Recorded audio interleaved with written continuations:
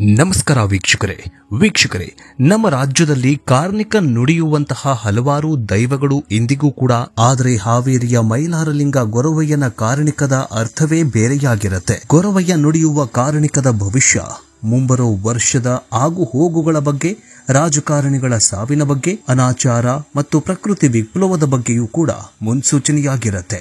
ಆದರೆ ಈ ವರ್ಷದ ಕಾರ್ಣಿಕ ಗೊರವಯ್ಯ ನುಡಿದಿದ್ದು, ನಾಡು ಬಂಗಾರದ ಗಿಂಡಿಲೆ, ನಾಡು ಸಿರಿಯಾಗಿತಲೇ ಪರಾಕ್ ಅಂತ ಗೊರವಯ್ಯ ಕಾರ್ಣಿಕ ನುಡಿದಿದ್ದಾರೆ. ಹಾಗಾದ್ರೆ ಗೊರವಯ್ಯ ಕಾರ್ಣಿಕ ನುಡಿದ ಭವಿಷ್ಯವಾಣಿಯ ಅರ್ಥವೇನು ಅನ್ನೋದನ್ನ ಈ ವಿಡಿಯೋದಲ್ಲಿ ಸಂಪೂರ್ಣವಾಗಿ ನೋಡ್ತಾ ಹೋಗೋಣ. ಆದ್ರೆ ಅದಕ್ಕಿಂತ ಮುಂಚೆ ಈ ಕಾರ್ಣಿಕ ಭವಿಷ್ಯವಾಣಿಗಳ ಬಗ್ಗೆ ನಿಮಗೇನನ್ಸುತ್ತೆ? ಕಾರ್ಣಿಕ ನಿಜವಾಗುತ್ತಾ? ಕಮೆಂಟ್ ಮೂಲಕ ತಿಳಿಸಿ. ಬನ್ನಿ ವಿಡಿಯೋವನ್ನ ಶುರು ಮಾಡೋಣ. ನಾಡು ಬಂಗಾರದ ಗಿಂಡಿಲೆ, ನಾಡು ಸಿರಿಯಾಗಿತಲೇ ಪರಾಕ್ ಅಂತ ದೇವರ ಗುಡ್ಡದ ಮಲತೇಶ ದೇವರ ಕಾರ್ಣಿಕೋತ್ಸವದಲ್ಲಿ ಗೊರವಯ್ಯ ಸ್ವಾಮಿ ಕಾರ್ಣಿಕ ನುಡಿದಿದ್ದಾರೆ. ನಾಡಿನಾದ್ಯಂತ ಈ ವರ್ಷ ಮಳೆ ಬೆಳೆ ಸಮೃದ್ಧವಾಗಿ ಬರಲಿದೆ. ರಾಜಕೀಯವಾಗಿ ಯಾವುದೇ ಬದಲಾವಣೆ ಇಲ್ಲ. ಮುಂದಿನ ದಿನಗಳಲ್ಲಿ ಉತ್ತಮ ನಾಯಕರು ಹೊರಹೊಮ್ಮುತ್ತಾರೆ. ರಾಷ್ಟ್ರ ರಾಜಕಾರಣಕ್ಕೆ ಆತಂಕ ಇದೆ ಅಂತ ಗೊರವಯ್ಯ ಕಾರ್ಣಿಕ ನುಡಿದಿದ್ದಾರೆ. ಹಾವೇರಿ ಜಿಲ್ಲೆ ರಾಣೆಬೆನ್ನೂರು ತಾಲೂಕಿನ ದೇವರಗುಡ್ಡ ಮಾಲತೇಶ ದೇವರ ಕಾರ್ಣಿಕೋತ್ಸವ ಬುಧವಾರ ಸಂಜೆ ನಡೆಯಿತು. ಸಂಜೆಯಾಗ್ತಾ ಇದ್ದಂತೆ ಗೊರವಯ್ಯ ಸಹಸ್ರಾರು ಭಕ್ತರ ಮುಂದೆ ಕಾರ್ಣಿಕ ನುಡಿದಿದ್ದಾರೆ. ಸುಮಾರು 21 ಅಡಿ ಬಿಲ್ಲನ್ನೇರಿದ ಗೊರವಯ್ಯ ನಾಡಿನ ಬಂಗಾರದ ಗಿಂಡಿ, ನಾಡು ಸಿರಿಯಾಗಿತಲೇ ಪರಾಕ್ ಅಂತ ನುಡಿದು ಮೇಲಿಂದ ಕೆಳಗೆ ಧುಮುಕಿದ್ದಾರೆ. ಗೊರವಯ್ಯ ಕೆಳಗೆ ಧುಮುಕ್ತಾಗಿದ್ದಂತೆ ಭಕ್ತರು ಕೆಳಗೆ ಬೀಳದಂತೆ ಹಿಡಿತಾರೆ. 9 ದಿನ ಉಪವಾಸ ವ್ರತ ಮಾಡಿ 18 ಅಡಿ ಎತ್ತರದ ಬಿಲ್ಲನ್ನೇರಿದ ಗೊರವಯ್ಯ ಸ್ವಾಮಿ ಕಾರ್ಣಿಕವನ್ನ ನುಡಿಯೋದು ಇಲ್ಲಿನ ವಿಶೇಷವಾಗಿದೆ. ಹಾವೇರಿ ಜಿಲ್ಲೆಯ ರಾಣೆಬೆನ್ನೂರು ತಾಲೂಕು ದೇವರಗುಡ್ಡದಲ್ಲಿ ಮಾಲತೇಶ ಸ್ವಾಮಿ ದೇವಸ್ಥಾನ ಇದೆ. ಮಾಲತೇಶ ಸ್ವಾಮಿಗೆ ಹೊರರಾಜ್ಯ ಮತ್ತು ದೇಶ ವಿದೇಶಗಳಿಂದಲೂ ಭಕ್ತರು ಬರ್ತಾರೆ. ಐತಿಹಾಸಿಕ ನೆಲೆಯುಟ್ಟಿರುವಂತಹ ಮಾಲತೇಶ ಸ್ವಾಮಿ ಕಾರ್ಣಿಕೋತ್ಸವ ಪ್ರತಿ ವರ್ಷ ದಸರಾ ಹಬ್ಬದ ಸಂಭ್ರಮದಲ್ಲಿ ನಡೆಯುತ್ತೆ. ಬುಧವಾರ ಆಯುಧ ಪೂಜೆ ದಿನವೇ ಮಾಲತೇಶ ಸ್ವಾಮಿ ಕಾರ್ಣಿಕೋತ್ಸವದ ಸಡಗರ ಸಂಭ್ರಮ ಎಲ್ಲೆಲ್ಲೂ ಕೂಡ ಮನೆ ಮಾಡಿರುತ್ತೆ. ಸಾವಿರಾರು ಸಂಖ್ಯೆಯ ಭಕ್ತರ ನಡುವೆ ಈ ಕಾರ್ಣಿಕೋತ್ಸವ ನಡೆಯುತ್ತೆ. ನಾಡು ಬಂಗಾರದ ಗಿಂಡಿಲೆ, ನಾಡು ಸಿರಿಯಾಗಿತಲೇ ಪರಾಕ್ ಅಂತ ಗೊರವಯ್ಯ ನುಡಿದಿರುವಂತಹ ಭವಿಷ್ಯವಾಣಿ ಈಗ ಎಲ್ಲಾ ಕಡೆ ಸಂತಸದ ಸಂತೋಷ ಅಂತ ಹೇಳಲಾಗ್ತಾಗಿದೆ. ಗೊರವಯ್ಯ ಕಾರ್ಣಿಕ ನುಡಿತಾ ಇದ್ದಂತೆ ಸೇರಿದ್ದ ಭಕ್ತರು ವಿಶ್ಲೇಷಣೆ ಮಾಡೋದಕ್ಕೆ ಶುರು ಮಾಡಿದ್ದಾರೆ. ಅನ್ನದಾತರಿಗೆ ಶುಭ ಸೂಚನೆ ನೀಡಿದೆ ಅಂತ ಭಕ್ತರು ವಿಶ್ಲೇಷಣೆ ಮಾಡಿದ್ದಾರೆ. ಈ ನುಡಿ ಅನ್ನದಾತರ ಪಾಲಿಗೆ ಹರ್ಷ ತಂದಿದೆ. ಮುಂಗಾರು ಮಳೆ ಹಾನಿ ತಂದಿದೆ, ಆದರೆ ಹಿಂಗಾರು ಮಳೆ ಬೆಳೆ ಉತ್ತಮವಾಗಿದೆ. ರೈತರಿಗೆ ಒಳ್ಳೆ ಫಸಲು ಬರುತ್ತೆ, ಮಳೆ ಚೆನ್ನಾಗಿ ಆಗತ್ತೆ, ಸಮೃದ್ಧ ಬೆಳೆಯಿಂದ ರೈತರು ಸಂತುಷ್ಟಗೊಳ್ಳಲಿದ್ದಾರೆ ಅಂತ ಭಕ್ತರು ವಿಶ್ಲೇಷಣೆ ಮಾಡ್ತಿದ್ದಾರೆ. ಇನ್ನು ಇಟ್ಟ ರಾಮನ ಬಾಣ ಹುಸಿಯಿಲ್ಲ, ಧರ್ಮ ಅಧರ್ಮ ಸಂಕಷ್ಟವಾಯಿತು, ವಿಶ್ವಕ್ಕೆ ಶಾಂತಿಯ ಭಂಗವಾಯಿತು, ಧರೆಗೆ ವರುಣನ ಆಗಮನವಾಯಿತು, ಸರ್ವರು ಎಚ್ಚರದಿಂದಿರಬೇಕು ಪರಾಕ್ ಅಂತ ಮೈಲಾರಲಿಂಗೇಶ್ವರ ದೇವರ ಗೊರವಯ್ಯ ದಶರಥ ಪೂಜಾರಿ ಮಾರ್ಮಿಕವಾಗಿ ಕಾರ್ಣಿಕವನ್ನ ನುಡಿದಿದ್ದಾರೆ. ಬೇರೂರು ಪಟ್ಟಣದ ಮಹಾನವಮಿ ಬಯಲಿನಲ್ಲಿ ಕಾರ್ಣಿಕ ನುಡಿಯಲಾಗಿದೆ. ದಶರಥ ಪೂಜಾರಿ ಕಳೆದ 15 ವರ್ಷಗಳಿಂದ ಕಾರ್ಣಿಕ ನುಡಿದುಕೊಂಡು ಬರ್ತಿದ್ದಾರೆ. ಉತ್ತರ ಕರ್ನಾಟಕ ಪ್ರವಾಹ, ರಾಜಕೀಯ ತಲ್ಲಣಗಳ ಹಿನ್ನೆಲೆಯಲ್ಲಿ ಇದೀಗ ಭಕ್ತರು ಗೊರವಯ್ಯನ ಕಾರ್ಣಿಕವನ್ನ ವಿವಿಧ ರೀತಿಯಲ್ಲಿ ವಿಶ್ಲೇಷಣೆ ಮಾಡುತ್ತಿದ್ದಾರೆ. ಇಟ್ಟ ರಾಮನ ಬಾಣ ಹುಸಿಯಿಲ್ಲ, ಧರ್ಮ ಅಧರ್ಮ ಸಂಕಷ್ಟವಾಯಿತು, ವಿಶ್ವಕ್ಕೆ ಶಾಂತಿಯ ಭಂಗವಾಯಿತು, ಧರೆಗೆ ವರುಣನ ಆಗಮನವಾಯಿತು, ಸರ್ವರು ಎಚ್ಚರದಿಂದ ಇರಬೇಕು ಅಂತ ಒಂದು ಕಡೆ ಗೊರವಯ್ಯ ಅವರು ಕಾರ್ಣಿಕವನ್ನ ನುಡಿದಿದ್ದಾರೆ. ಇನ್ನು ಇತಿಹಾಸ ಪ್ರಸಿದ್ಧ ವಿಜಯನಗರ ಜಿಲ್ಲೆ ಹೂವಿನಹಡಗಲಿ ತಾಲೂಕಿನ ಮೈಲಾರಲಿಂಗೇಶ್ವರ ಕಾರ್ಣಿಕ ಹೊರಬಿದ್ದಿತ್ತು. ಈ ಬಾರಿ ತುಂಬಿದ ಕೊಡ ತುಳುಕಿತಲೇ ಪರಾಕ್ ಅಂತ ಗೊರವಯ್ಯ ನುಡಿದಿದ್ದು ಭವಿಷ್ಯ ಶುಭ ಸೂಚಕ ಅಂತ ಹೇಳಲಾಗಿತ್ತು. ಪ್ರತಿ ವರ್ಷ ಮೈಲಾರ ಕಾರ್ಣಿಕದ ನುಡಿಯನ್ನ ಭವಿಷ್ಯವಾಣಿ ಅಂತ ನಂಬಿರುವಂತಹ ಲಕ್ಷಾಂತರ ಭಕ್ತರು ಮೈಲಾರ ಜಾತ್ರೆಗೆ ಕಾಯ್ತಾ ಇರುತ್ತಾರೆ. ಮೈಲಾರದಲ್ಲಿ ಕಾರ್ಣಿಕೋತ್ಸವ ನಡೆಯುತ್ತೆ. ಈ ಕಾರ್ಣಿಕೋತ್ಸವದಲ್ಲಿ ಭವಿಷ್ಯವಾಣಿಯನ್ನು ನುಡಿಯಲಾಗುತ್ತೆ.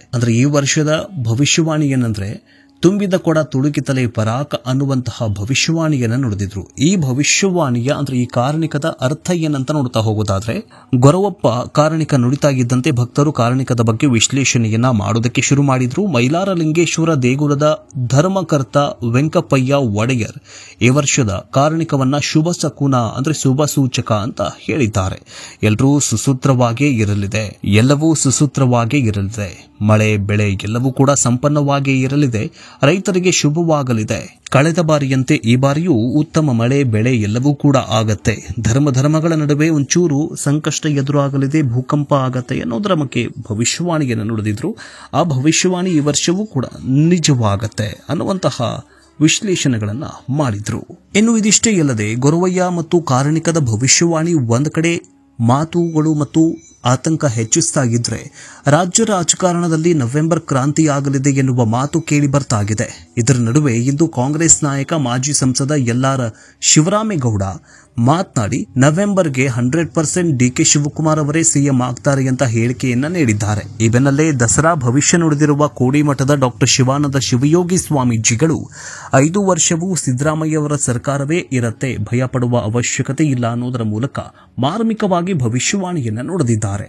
ಧಾರವಾಡದಲ್ಲಿ ದಸರಾ ಹಬ್ಬಕ್ಕೆ ಚಾಲನೆ ನೀಡಿ ಜಂಬೂ ಸವಾರಿಗೆ ಚಾಲನೆ ನೀಡಿದ ವೇಳೆ ಭವಿಷ್ಯ ನುಡಿದ ಕೋಡಿಮಠದ ಶ್ರೀಗಳು ಸಿದ್ದರಾಮಯ್ಯ ಸರ್ಕಾರಕ್ಕೆ ಯಾವುದೇ ತೊಂದರೆ ಇಲ್ಲ ಅಂತ ಅಭಯ ನೀಡಿದ್ದಾರೆ.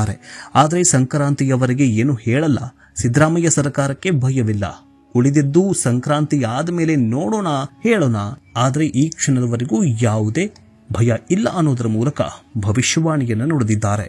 ಇನ್ನು ಉತ್ತರ ಕರ್ನಾಟಕದ ಬಗ್ಗೆ ಪ್ರವಾಹದ ಬಗ್ಗೆಯೂ ಕೂಡ ಭವಿಷ್ಯವನ್ನ ನುಡಿದಿದ್ರು. ಅದೇ ತರನಾಗಿ ಮಲೆನಾಡು ಬಯಲು ಸೀಮೆಯಾಗತ್ತೆ, ಬಯಲು ಸೀಮೆ ಮಲೆನಾಡಾಗತ್ತೆ ಎನ್ನುವಂತಹ ಭವಿಷ್ಯವಾಣಿಯನ್ನು ನುಡಿದಿದ್ರು. ಆ ಸಂದರ್ಭದಲ್ಲಿ ಉತ್ತರ ಕರ್ನಾಟಕದ ಭಾಗದಲ್ಲಿ ಭಾರೀ ಪ್ರಮಾಣದಲ್ಲಿ ಮಳೆ ಸುರಿದು ಆತಂಕ ಸೃಷ್ಟಿಯಾಗಿತ್ತು, ಪ್ರವಾಹದ ಭೀತಿ ಎದುರಾಗಿತ್ತು. ಇನ್ನು ಮಲೆನಾಡಿನಲ್ಲಿ ಭೂಕಂಪ ಜೊತೆಗೆ ಅಲ್ಲಲ್ಲಿ ಜಾಸ್ತಿ ಮಳೆಯಾಗಿರಲಿಲ್ಲ, ಅಲ್ಲೂ ಕೂಡ ರಣರಣ ಬಿಸಿಲು ತಾಂಡವವಾಡ್ತಾ ಇತ್ತು. ಆದರೆ ಈ ಕಳೆದ ವರ್ಷ ನುಡಿದಂತಹ ಭವಿಷ್ಯವಾಣಿ ಈಗ ನಿಜವಾಗಿದೆ ಎನ್ನುವುದರ ಮೂಲಕ ಕೋಡಿಶ್ರೀಗಳು ತಮ್ಮ ಭವಿಷ್ಯವಾಣಿಯ ನಿಜ ನುಡಿಗಳ ಬಗ್ಗೆ ಮಾತನಾಡಿ ಹೇಳಿದ್ದಾರೆ. ಇನ್ನು ರಾಜ್ಯದಲ್ಲಿ ಮಹಿಳೆಯೊಬ್ಬರು ಸಿಎಂ ಆಗ್ತಾರೆ ಎಂಬ ಕೋಡಿಮಠದ ಡಾಕ್ಟರ್ ಶಿವಾನಂದ ಶಿವಯೋಗಿ ಸ್ವಾಮೀಜಿಯವರ ಭವಿಷ್ಯದ ಬೆನ್ನಲ್ಲೇ ಸಚಿವೆ ಲಕ್ಷ್ಮೀ ಹೆಬ್ಬಾಳ್ಕರ್ ಬೆಂಬಲಿಗರು ಲಕ್ಷ್ಮೀ ಹೆಬ್ಬಾಳ್ಕರ್ ಮೊದಲ ಮಹಿಳಾ ಸಿಎಂ ಆಗ್ಲಿ ಎಂಬ ಅಭಿಯಾನ ಆರಂಭಿಸಿದ್ದು, ಈ ಕುರಿತು ಪೋಸ್ಟ್ಗಳು ಸೋಷಿಯಲ್ ಮೀಡಿಯಾದಲ್ಲಿ ವೈರಲ್ ಆಗ್ತಾಗಿದೆ.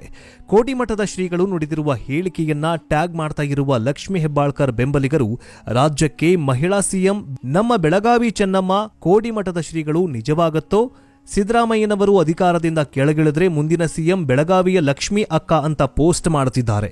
ಈ ಪೋಸ್ಟ್ ವೈರಲ್ ಆಗ್ತಾಗಿದೆ. ಕೋಡಿ ಶ್ರೀಗಳು ನುಡಿದಿರುವಂತಹ ಸ್ಫೋಟಕ ಭವಿಷ್ಯ ರಾಜ್ಯ ರಾಜಕಾರಣದಲ್ಲಿ ತೀವ್ರ ಸಂಚಲನವನ್ನ ಮೂಡಿಸಿದೆ.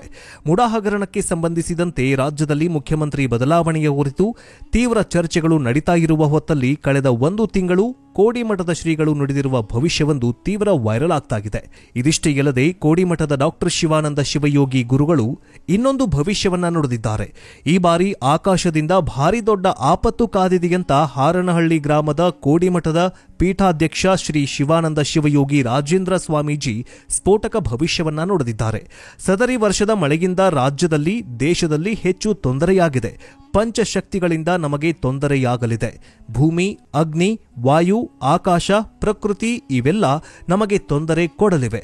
ಹಾಗೂ ಆಕಾಶದಲ್ಲಿ ಆಗುವ ದೊಡ್ಡ ಸುದ್ದಿಯೊಂದು ಇದೆ. ಜನ ಇದ್ದಕ್ಕಿದ್ದಂತೆ ಸಾಯ್ತಾರೆ, ಭೂಮಿ ಬಿರುಕು ಬಿಡತ್ತೆ, ಗುಡ್ಡ ಕುಸಿದು ಹೋಗತ್ತೆ ಅಂತ ಕಳೆದ ಬಾರಿ ಹೇಳಿದ್ದೆ.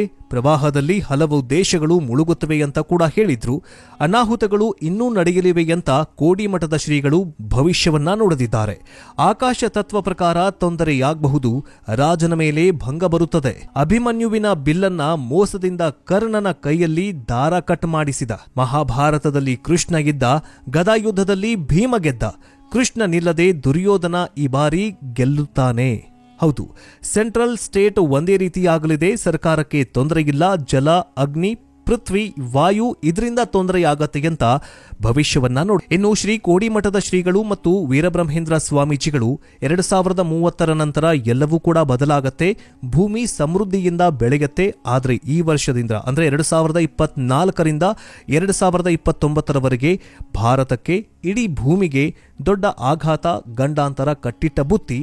ಇದೆಲ್ಲದರಲ್ಲಿ ಯಾರು ಬದುಕುಳಿದು 2030ಕ್ಕೆ ಬದುಕುಳಿತಾರೋ ಅವರು ಪುಣ್ಯವಂತರು ಅಂತ ಹೇಳಲಾಗಿದೆ. ಅದಕ್ಕೋಸ್ಕರ ಈ ಕ್ಷಣದಿಂದಲೇ ಪುಣ್ಯದ ಕೆಲಸಗಳನ್ನ ಮಾಡೋಣ, ಕಲಿಯುಗವನ್ನ ಅತ್ಯಂತ ಸುರಕ್ಷಿತವಾಗಿ, ಶಾಂತಿಯುತವಾಗಿ ಅಂತ್ಯ ಮಾಡೋಣ ಅಂತ ಹೇಳ್ತಾ ಇವತ್ತಿನ ಈ ಒಂದು ವಿಡಿಯೋವನ್ನ ಮುಗಿಸ್ತಾ ಇದ್ದೀವಿ. ಮುಂದಿನ ವಿಡಿಯೋದಲ್ಲಿ ಮತ್ತೆ ಸಿಗೋಣ. ಹೇಗನ್ನಿಸ್ತು ವಿಡಿಯೋ ಕಮೆಂಟ್ ಮೂಲಕ ತಿಳಿಸಿ. ಮುಂದಿನ ವಿಡಿಯೋದಲ್ಲಿ ಸಿಗೋಣ. ಜೈ ಹಿಂದ್, ಜೈ ಕರ್ನಾಟಕ. ಎಲ್ಲರಿಗೂ ಶರಣು ಶರಣಾರ್ಥಿ.